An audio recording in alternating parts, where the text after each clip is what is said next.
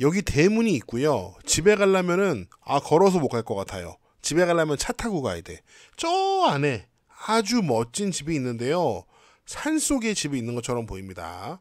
이런 집에는 어떤 사람들이 살고 있을까요? 여러분 반갑습니다. 시촌입니다. 집이 굉장히 멋진데요. 여러분 놀라지 마세요. 현재 이 집이 가격이 2억입니다.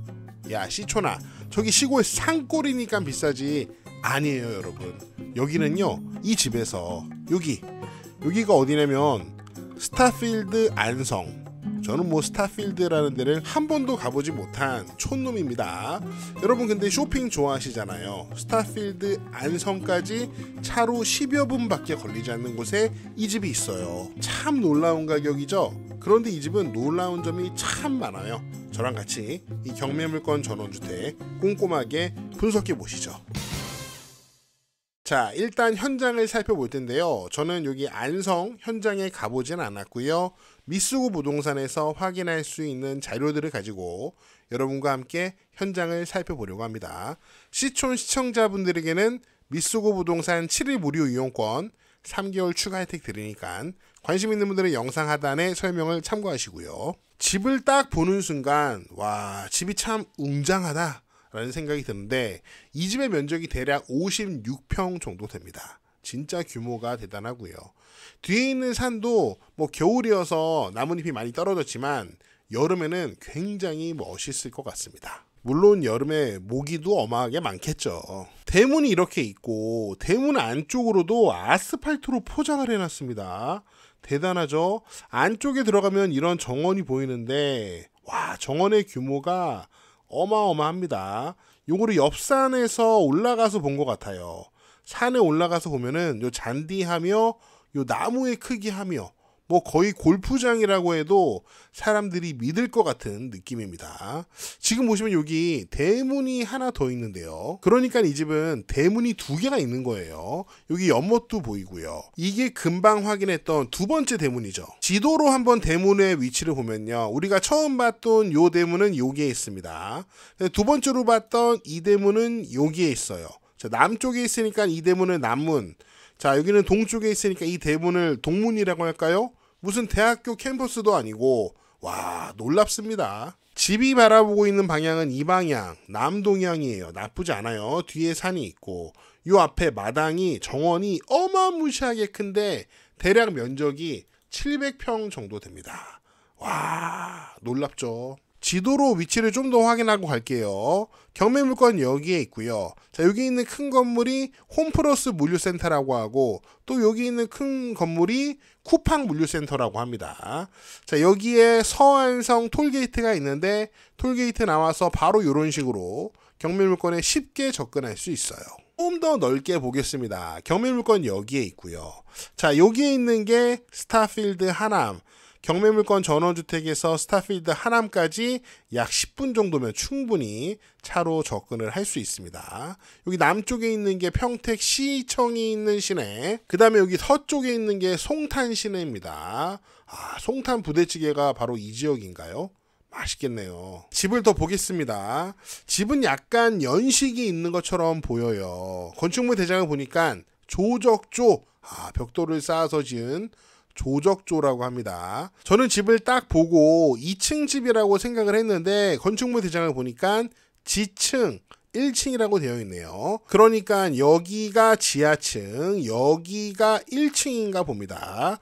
사용 승인은 1995년으로 이제 거의 30년 된, 와, 거의 할아버지급 연식이라고 볼 수 있습니다. 이것도 참 놀랍네요. 집을 뒤에서 보면은 1층밖에 안 보입니다. 그렇죠. 여기 1층만 보이고 지하층은 뒤에서 보이지 않아요. 땅 속에 딱 들어가 있습니다. 자, 집을 보니까 여기 굴뚝이 3개나 있는데 아마도 집을 지을 때부터 벽난로를 매립해서 집을 지은 것 같습니다. 그런데 굴뚝의 모습이 뭐 되게 이뻐 보이진 않아요. 30년의 세월이 그대로 느껴지는 것 같습니다. 그럼에도 불구하고 집 뒤에까지도 깔끔하네요. 자, 이 사진도 산에서 집을 내려다본 모습인 것 같습니다. 여기 지하층의 모습이 보이고 1층. 자, 1층이 좀 난간이 있으면 좀 더 안전할 것 같다는 생각이 드는데 난간이 없어요. 조금 불안하고요. 또 멀리서 본 모습인데 1층만 보입니다. 뒤쪽에 산이 보이고요. 이것도 집을 멀리서 뒤에서 바라본 모습인 것 같습니다. 자, 동문에서 이렇게 들어가 보면은 여기 주차장이 있네요. 여기다가 차를 세워 놓으신 것 같고 집이 보입니다. 서쪽으로 해가 지는 모습이 보이고 이렇게 마당이 앞에 쭉 펼쳐집니다. 이 집이 2억이다. 참 놀랍죠. 그런데 그 놀라움은 여기서 끝이 아닙니다. 자, 우선 경매교호 먼저 확인해 보도록 하겠습니다. 사건 번호를 확인하시고요. 자, 이 집은 감정가가 약 4억 2천만 원 정도 했습니다. 하지만 뭐 여러 가지 이유로 유찰이 됐고요. 현재 반값 경매로 진행되고 있어요. 최저가는 2억. 가격 맞죠? 2억이 됐습니다. 다음 매각기일은 3차 매각기일 내년인데요. 1월 6일입니다. 와, 벌써 내년이 다가옵니다. 여러분 새해 복 많이 받으시고요. 권리 분석을 먼저 해보면요. 매각물건 명세서에 조사된 임차 내역이 없습니다. 자, 여기 매각물건 명세서의 비고란에도 뭐 토지 건물 일괄 매각이다. 제시의 건물이 포함되어 있다. 뭐 위험한 거는 뭐 아무 설명이 없어요.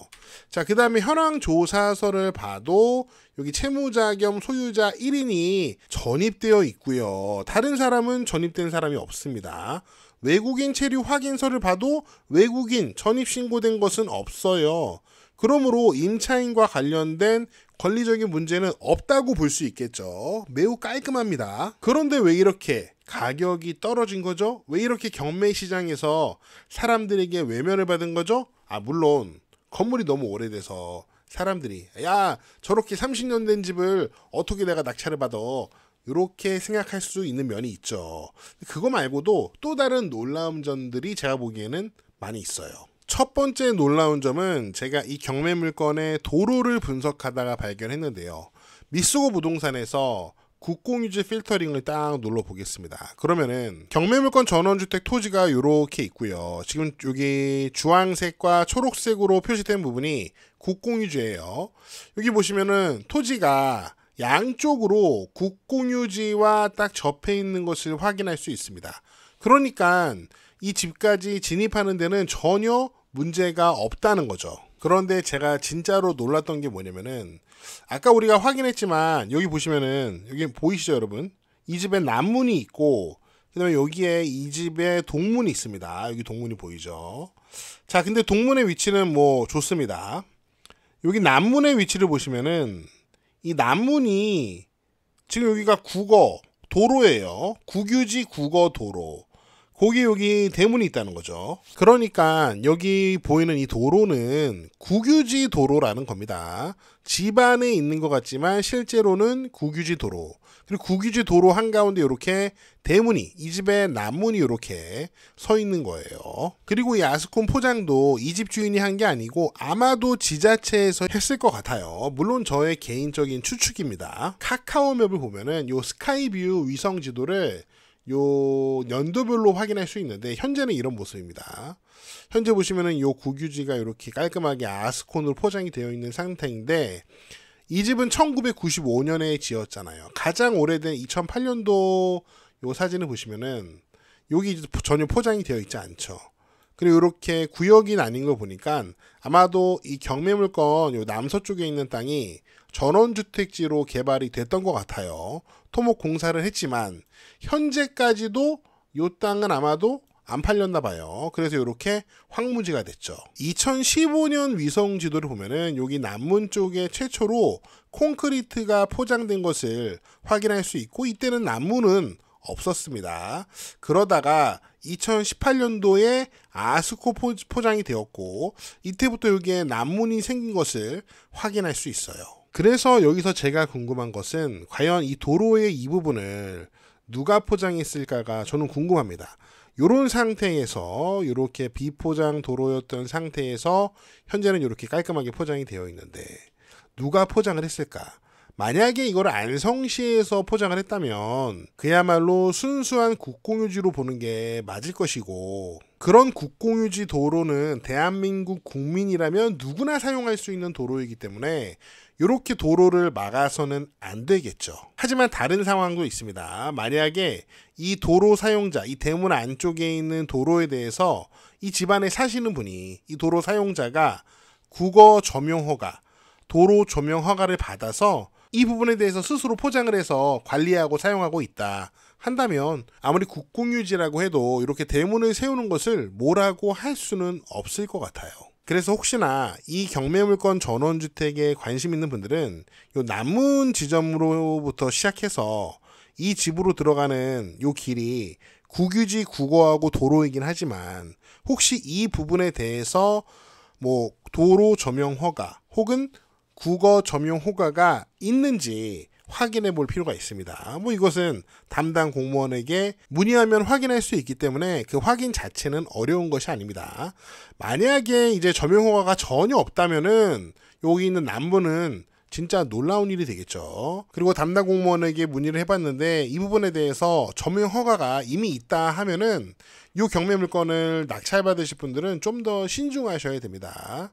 요 기존의 기점용자가 뭐 협조를 잘 할 수도 있지만 목리를 부릴 가능성도 배제할 수 없기 때문에 관심 있는 분들은 확인하고 만나보고 낙찰 전에 미리 협의를 해야 합니다. 또 재미있는 부분은 요 동문이 있는 부분도 좀 재미있습니다. 놀랍고 재미있어요. 왜냐면은 여기도 분명히 이제 국유지 도로하고 연결이 되어 있는 부분입니다. 그리고 여기 파랗게 표시된 부분에 이 집에 동문이 있는데 이 땅의 소유 구분을 확인해 보시면은 개인이고 공유인이 6명인 땅입니다. 바로 이 부분입니다. 여기 어느 부분인데 여기 어느 정도까지는 국공유지고 여기가 일부 개인 땅, 그 다음에 도로 우측으로 다시 국공유지 도로가 시작됩니다. 재미있는 게 여기 보시면은 이렇게 길을 막아놨다는 거죠. 이 부분에 개인 땅 부분에 길을 이렇게 막아놨습니다. 누가 막아놨는지 모르겠어요. 그래서 최악의 시나리오는 만약에 이 집을 낙찰받고 싶은데 여기 남문 있는 곳에 진짜 점용 허가가 있고 그리고 기점용자가 요거를 협력하지 않는다. 그 다음에 요 땅도 여기 동문이 있는 땅인데 이게 알박기가 돼서 이쪽으로도 못 들어가게 한다. 그러면은 요거 낙찰받으면 큰일 나겠죠. 그냥 최악의 시나리오를 써본 거예요. 근데 확인해 보니까 요거 점용 허가도 없을 수도 있어요. 관심 있는 분들은 확인을 해봐야 된다는 얘기죠. 그 다음에 두 번째로 놀라운 점은 현재 지금 우리가 다루고 있는 이 경매 물건은 요 대지와 이 건물이 2억이에요. 그러니까 요 앞에 정원 있잖아요. 이 정원은 또 따로 경매에 올라와 있습니다. 이게 왜 따로 올라왔냐면은 채권자가 한 금융기관이긴 한데 요 건물에 있는 채권과 요 정원에 있는 채권이 완전 다른 별도의 채권입니다. 그래서 요 건물과 요 정원이 완전히 다른 경매로 진행이 되고 있어요. 그런데 이 정원 역시 국공유지 필터로 보면은 이 부분이 군유지 묘지인데 마치 이 집의 정원처럼 사용이 되고 있거든요. 자, 이 사진을 봐도 여기 동문 있고 여기 왼편에 울타리가 보이잖아요. 이 부분이 아마 군유지 묘지인 것 같은데 이 집의 울타리가 요 묘지까지 쳐져 있는 모습입니다. 로드뷰로 봤을 때 이런 모습인데요. 아마 이 부분이 이제 군유지 묘지 부분인 것 같은데 이렇게 하나의 집처럼 울타리가 쳐져 있죠. 그래서 이 부분에 대해서도 이제 점용 허가가 있는지 확인이 필요한 것 같고요. 그리고 여기 정원, 요 정원 땅은 이렇게 정원으로 사용되고 있는데 현재 이 땅의 지목이 답입니다. 답. 농지란 얘기죠. 지금 농지를 정원으로 사용하고 있는 거예요. 만약에 여러분 중 어떤 분이 좋아. 나 이 집도 낙찰받고 이 땅도 낙찰받을래. 어차피 둘 다 반값이니까 합해서 2억, 3억, 5억 괜찮은 것 같아. 해도 저는 굉장히 주의를 해야 된다고 생각해요. 지금 이 농지가 정원으로 사용되고 있기 때문에 이게 농지 전용 허가가 있는지 확인해 볼 필요가 있습니다. 만약에 농지 전용 허가가 없는데 그냥 정원으로 사용한다. 그거는 농지법에 저촉이 될 수도 있어요. 그래서 이 농지 전용 허가 여부를 확인해 볼 필요가 있는데 다행히도 이 경매물건, 이 토지 경매물건의 매각물건 명세서에 이 내용이 있습니다. 이 보시면은 농지 취득 자격 증명이 요한다. 농지 전용 허가가 없다. 아, 여기 정원으로 사용하고 있는데 농지 전용 허가가 없대요. 원상 회복 명령이 발하여질 가능성이 있다고 여기 원공 면장이 사실 조회를 회신했다고 합니다. 그러니까 요거는 농지인데 농지 전용 허가 없이 정원으로 사용하고 있는 게 맞는 거죠. 그런데 안타깝게도 시골에 집을 지을 때 이런 식으로 집을 짓고 사는 분들이 굉장히 많습니다. 너무 많아요. 여러분도 잘 아실 거예요. 전원주택뿐만 아니라 농막 같은 경우에도 농막을 짓고 나머지 농지에 대해서는 농사를 짓는 게 맞는데 사람들이 막 캠핑장처럼 사용하잖아요. 그런 것도 농지법에 저촉이 될 수 있고요. 그리고 이번에 새롭게 시행되는 체류형 쉼터도 그 내용이 보면은 영농 의무에 대해서 내용이 있는데 물론 그 의무를 잘 지키는 사람도 있겠지만 굉장히 많은 사람들이 영농 의무를 지키지 않고 그냥 전체 필지를 캠핑장처럼 쓰는 사람들이 분명히 나올 거예요. 안타깝지만 이게 우리의 현실인 것 같고요. 이 정원 자체에도 농지 전용 허가가 분명히 없다고 매각물건 명세서에 쓰여 있으니까 이거 낙찰받는 것도 위험할 수 있어요. 왜냐면은 원상복구 명령이 떨어질 수 있거든요. 그럼 또 어떤 분은 나 그럼 정원은 됐고 이 집만 낙찰받을래. 2억이라며 싸잖아. 어떻게든 들어가서 살면 되지. 요렇게 생각하실 수 있는데 또 놀라운 점이 있습니다. 그게 뭐냐면은 아까 우리가 봤던 요 매각물건 명세서 뒷부분을 보면은 제시외 물건인 관정이 인접 토지에 생활용으로 신고된 것으로 조사되었으므로 입찰 시 주의해라. 이게 무슨 말이냐면은 지금 이 땅에 이 정원에 지하수 관정이 있다는 거예요. 그런데 그 관정을 쓰는 생활용 주택은 바로 이 집이라 이거죠.